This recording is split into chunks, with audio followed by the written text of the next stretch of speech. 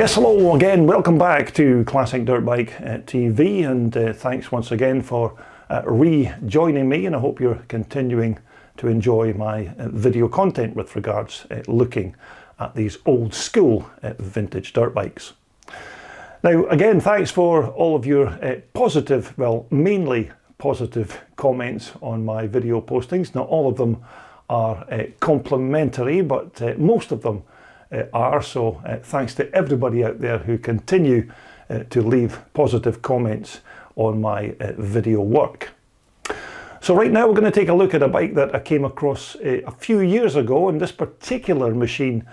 took part in the 2016 Don Matthews CZ World Championships in that year, and at that time it was ridden by Irishman Trevor Calderwood. So let's jump straight into that video now and take a look at Trevor Calderwood's 1972 Harry Klemm 360 CZ. Now, it's certainly not too often that we get the chance to feature a World Championship winning dirt bike here on CDB TV, but we're quite fortunate this time round to have this CZ 360 Twinshocker that was ridden by Irishman Trevor Calderwood in 2016 when Trevor won the Don Matthews CZ World Championships that were held at Marysville in California in that year. Now, the story goes that this particular bike was actually loaned to Trevor in order that he could take part in that Don Matthews 2016 event, because naturally all of the logistics of shipping one of his own bikes across to the USA just wasn't viable. But not only did Trevor do very well riding this bike at the event, he managed to secure the top prize on the day and stand on the top step of the podium with, of course, all of the associated silverware. But not only did Trevor enjoy riding this bike at the CZ World Championships meeting, he managed to eventually buy the bike from the owners who loaned him it, and he then of course had it shipped back to his home in Newton Ards in Northern Ireland, where it now sits proudly among his collection of other Czechoslovakian Twinshock dirt bikes that currently sit inside Trevor's workshops, which I'm sure if you're a subscriber or a follower to CDB TV, then you've probably seen a few examples of Trevor's collection in previous videos here on my channel. And so, beginning with the bike's chassis, which as far as I'm aware is just a bog standard 1972 CZ frame, and as I understand, it's not had any re-engineering or refabrication other than, of course, this box section style rear swing arm, which replaced the tubular steel item that probably would have been fitted to this frame back in 1972. Although as to why the original rear swing arm was changed for this box section replacement, unfortunately, I don't know. But when it comes to the power plant on our Trevor Calderwood racer, as you can guess, it's no ordinary stock run-of-the-mill two-stroke Czechoslovakian CZ engine, because this motor here has been prepped and built by none other than Harry Klemm of Klemm Vintage in Fort Mojave in Arizona in the USA.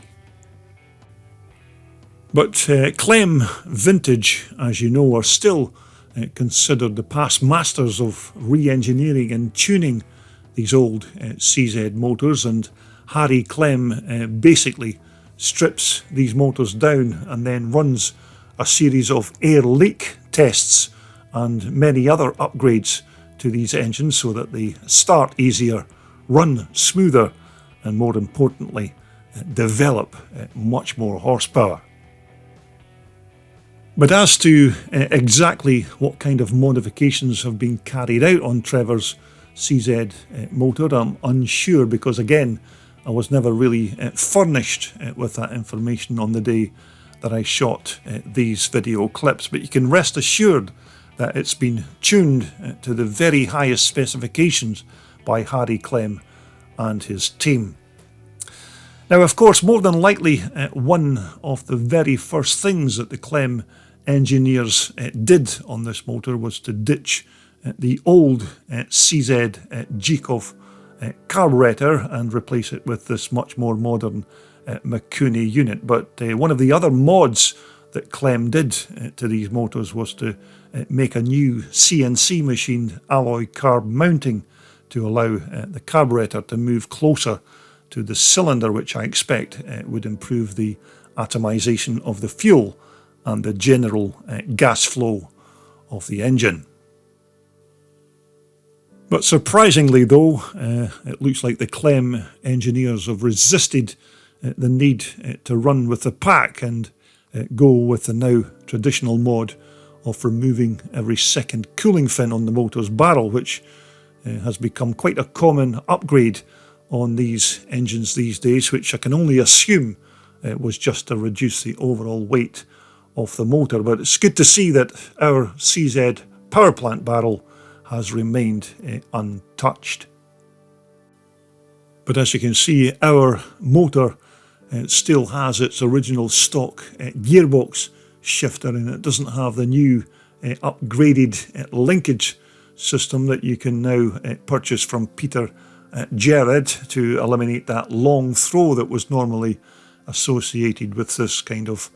transmission system. But then again, these clips were filmed a few years ago, so maybe that new linkage system just wasn't available at that time. And even although in their stock standard factory settings, these 360 CZ two-stroke motors were still super quick scrambles engines and were very highly competitive, even straight from their packing crate. So you can just imagine now how much more quicker they are after Harry Klemm has worked his magic and increased the power and general running characteristics of this Czechoslovakian two-stroke power plant.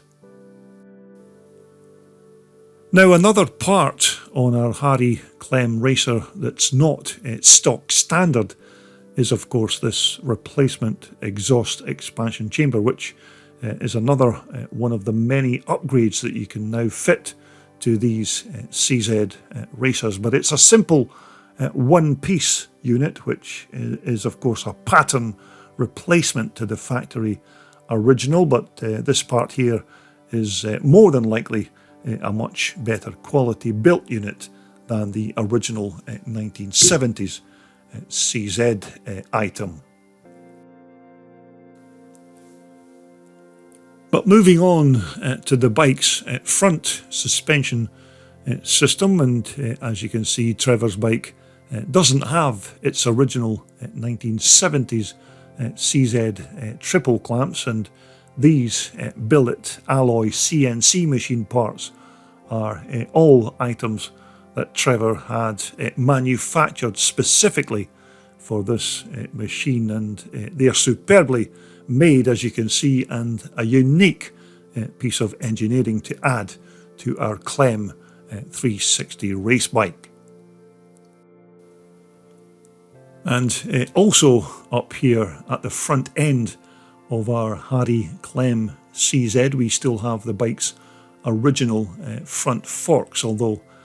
Trevor has actually retuned these parts himself by inserting Italian Marzocchi internals into each fork leg, which of course makes the forks perform much better than they would have done with the factory CZ parts inside. Now, the stoppers used to slow down or control our 360 Twinshocker are the factory fitted drum brakes from the 1970s, although even for that period these old school CZ drums were still powerful enough to control the speed and the stopping distance of what was in essence a relatively light off-road motorcycle. But moving from the front onto this rear brake, which was another quite good stopper on our Harry Klemm race bike, and although it wasn't as powerful as maybe say a modern hydraulic disc brake, it still did a very good job. But of course you have to remember that this was the motorcycle braking technology of the 1970s. Now, of course, with this particular machine being a World Championship winning bike, you just can't expect it to still have the old standard dampers that CZ bolted onto the chassis in 1972. So in their place here, it's a top quality pair of Dutch made Reiger classic shocks, which again are very popular for these older vintage bikes, and by all accounts they do perform very well, even on the bumpiest of roughest racetracks. Which of course brings us onto this superbly sculpted alloy fuel tank, which, as you can guess, isn't the bike's original fuel cell, because this little beauty here was made by metal shaping wizard Lanny J, who custom made this fuel tank, and then he of course polished it to an almost mirror like finish. But you can see that this Lanny J fuel tank is superbly made, and it has a very narrow profile as well, so that will also help the rider to move around the bike much easier. But it's crowned with this very nicely machined alloy screw-on cap here on the top, but the entire fuel tank is without doubt well designed, well engineered, and of course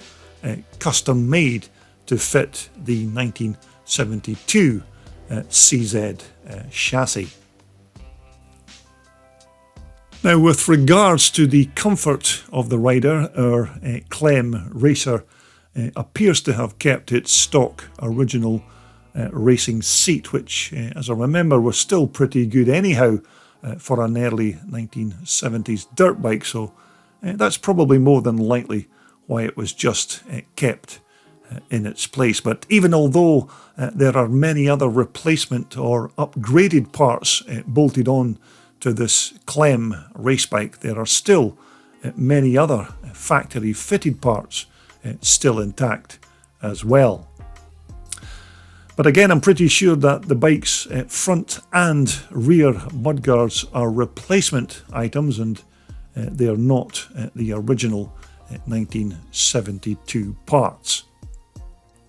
Although it's much the same story with the bike's controls, which have a modern pair of Renthal handlebars here with some nice quality Zeta alloy control levers there as well. But it looks like a Gunnar Gasser throttle twist grip that's been given the task to control all of those ponies inside that Klemm tuned two-stroke motor. And you can also see that Trevor's fitted an engine kill switch there on the left, just in case of any issues with that CZ engine and it needs to be shut down in a hurry.